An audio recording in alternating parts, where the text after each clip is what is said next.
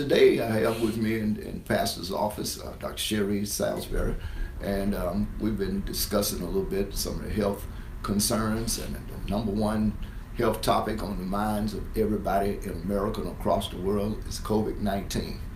And Dr. Salisbury is a member of Greater Shiloh. I know, a very proud member. In her one life, she's a missionary and does missionary activities. Recently returned from a mission trip with her husband, along with another group, where she wanted to do some medical practices, but she's very much involved in the medical practices here in Birmingham, in the West End community in particular. And so I thought that it would be great. Brother Matt mentioned that she was interested in sharing some information about COVID-19. And I think the public needs to know from a medical professional standpoint some of the direct information that they have been hearing, whether or not it's true. What is this COVID-19? Where does it come from? What it looks like? What are symptoms? What are misconceptions? So we're going to have that conversation now. I'm going to just turn you loose and let you give us your own. If you brought your notes there, it's okay to look at your notes and just give it to us as you see it. Oh, thank you so much, Pastor Wesley. I appreciate you having me here. I think it's so important to get good information out there. I don't think that can be enough good information, especially with the overwhelming amounts of bad information out here. So I really thank you for letting me come in and talk. So first of all, what is the coronavirus? It's a virus that gets infected into your body through your mouth, through your lungs, and through your gut. And so that's why you see a lot of these symptoms. You're seeing people with diarrhea, with fevers, people who are having coughing or chest pain, getting short of breath, people that are having chills and body aches too. Important to remember that fevers are 100.4 and higher, but if you're normally checking your temperatures every day and it's 98s and all of a sudden it jumps up to 100, that could be a fever for you too and mean that you're fighting something off. So the coronavirus is spread in a few different ways. The first thing is through direct contact. The wet mucus in your nose and your mouth that spreads to your face, your hair, your neck. So when you touch these things and touch other stuff, that's how it spreads. So if you wash your hands really well, 20 seconds, you're not infectious until again you touch that or touch something else. And so it's so important to keep your hands washed and keep them clean.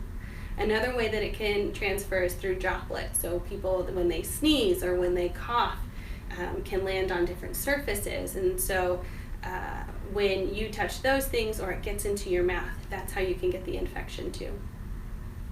It's really important, like I said, to keep your hands washed, but also recently, as of this past Friday, the CDC has recommended that everyone in public wear a mask. It can be a fabric mask, an N95, it can be one of the paper surgical masks, anything to keep your mouth covered. It can also just be a bandana in public to keep yourself safe and keep others safe, prevent you from coughing or prevent them from coughing on you. I also want to note that not all people who are infected do have symptoms. Some patients have no symptoms and they're walking around. You think that you're fine, so you go out, you're touching things, but you can get people infected too. Or you can get infected from people who think that they don't have symptoms. So it's really important, even if you're feeling healthy, to still keep your hands washed and still do the things that the CDC is recommending to prevent the people that you love from getting infected. That probably leads me to my next point too, which is that people who have a history of chronic diseases, lung disease, heart disease, diabetes, obesity, these people who get infected have a higher risk of bad outcomes if they do get infected. And that's usually what impacts the African American community, because of so many of these underlying health issues are already in place. It's not that African Americans contract the virus more frequently than others. It's that once they do contract it, these underlying issues makes it more devastating. You're absolutely right. That's one of the reasons why Cahaba Medical Care exists in West End and the communities that we work in, because we want to have access to give people who wouldn't normally have access to good health care. So people who have no insurance or don't want to go to the doctor or feel like they don't have access to it. We want to be here. And so I agree that you're hearing these data points of higher rates in African American, and I agree. I don't think that it's because there's a different race or anything. I think it's just people in general who happen to have diseases and other things that cause their immune systems to be weak, and their body's already at a worse ability to fight off the virus. Well, how can we help the African American community in particular going forward to become more knowledgeable or more aware of ways in which they can protect themselves, not just from coronavirus, but from some of these underlying kinds of things? Yeah, I think that one of the most important things is to take ownership of your health, to not rely on someone else, but say, I want to be healthy, and look for those people who want to help. And so eating better or exercising, and this goes for everyone, not just African Americans, but absolutely just taking control of your own health and saying, not listening to mom, dad, grandma, brothers and sisters, but saying, hey, I don't feel right, or hey, maybe my heart feels weird, or I am starting to gain more weight, and going and seeking out help right away, because the problems that you have when you're 30s, 20s, that seem like not a big deal, become a very big deal when you're in your 50s, 60s, 70s. That's true. Let's talk a little bit about some of the misconceptions concerning coronavirus. I've heard things like drinking hot tea and things like that can help prevent it. Hot teas, I've heard people say, if I drink hot tea or hot beverages, that can help prevent me from getting infected. This is not true. If it were true, we would ask everybody to drink hot tea, hot coffee, hot beverages. Unfortunately, it's not really the best way to stay healthy, is to not get infected and do those. That some people believe that you can get the infection, you can get coronavirus from getting tested from coronavirus. This is not true either. You're tested with a nasal swab that's sterile, so untouched by anything else and totally clean before we even open up the packaging. We swab the patient and send it to the lab, where they then take what was taken from the patient, grow it out to see if there's any infection there. Yeah. I want people to know that Dr. Salisbury is actively involved in the testing of coronavirus patients in our area, and not just in our area, from all over.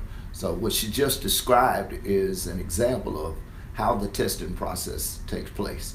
Who then should be tested?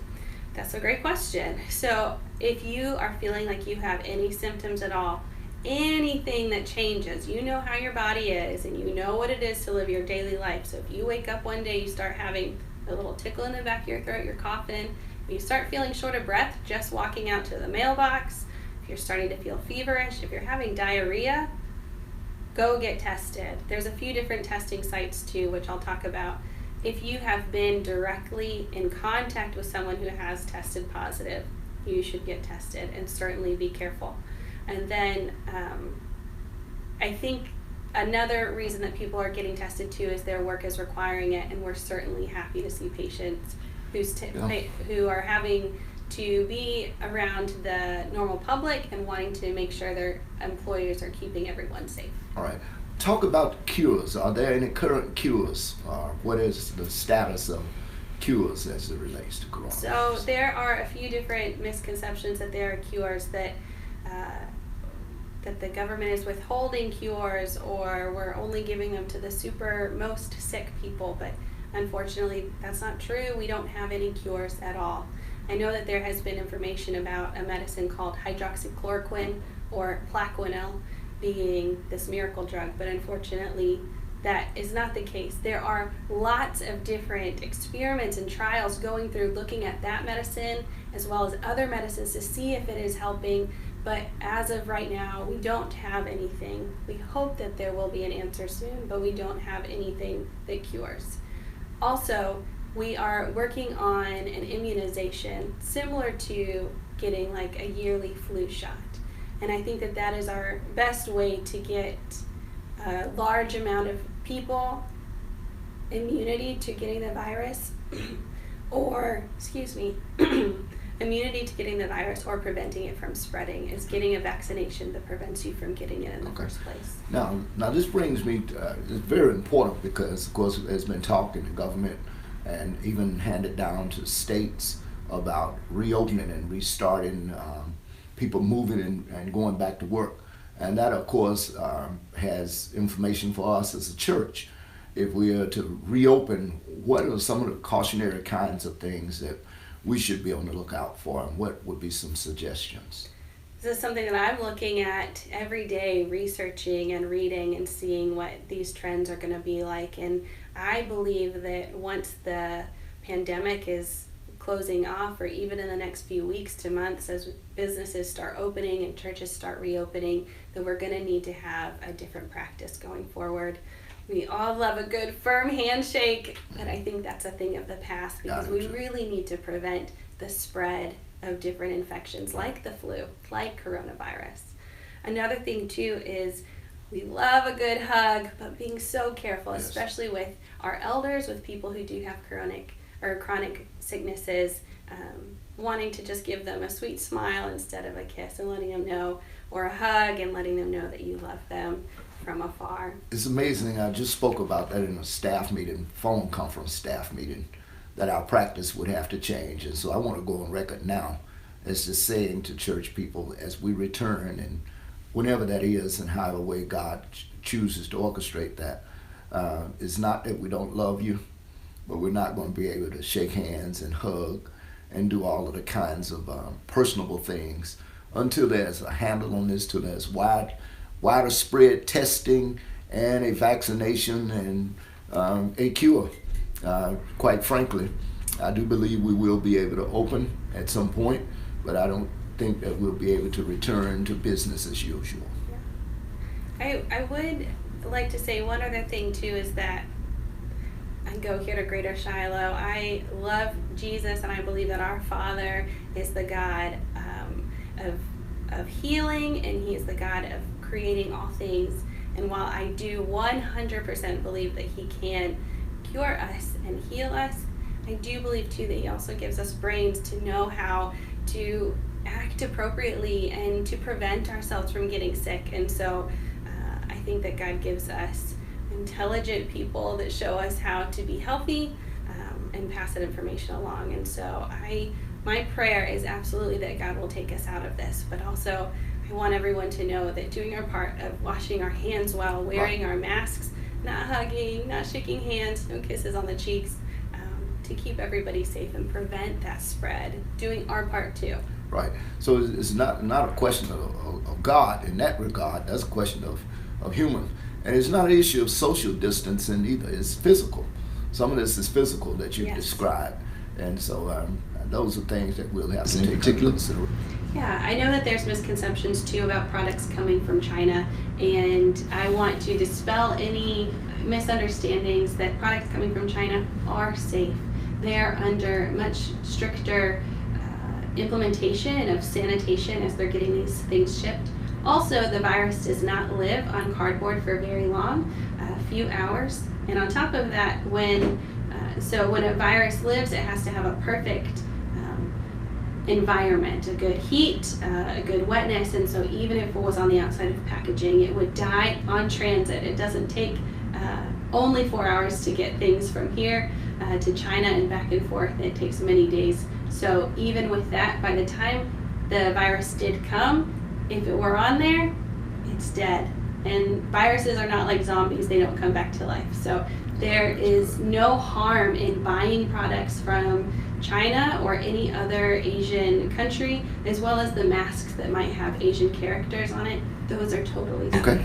So there's another misconception that the coronavirus is just like the flu, but it's not. This infection is actually a little more contagious. Somebody who has the flu might infect one other person with the flu, but with the coronavirus, someone who's infected with that is generally infecting 2 to 3 other people. So almost 200 to 300% increase of how infectious it is.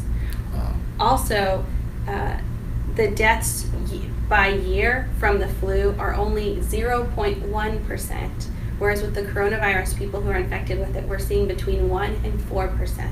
Yeah. And so a much larger increase. And so this is not like the flu. This is something different. We want to take it so seriously. Yeah.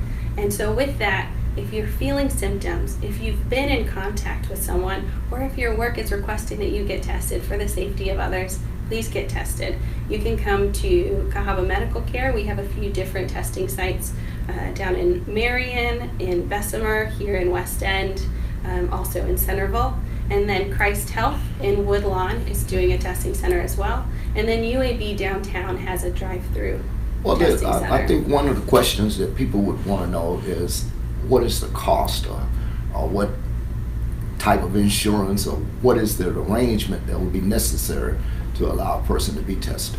So all of the sites are testing patients who have insurance or who do not have insurance. I can't speak for Christ Health or UAB and what their copays are, but I know that for Cahaba, if you are uninsured, it's $20.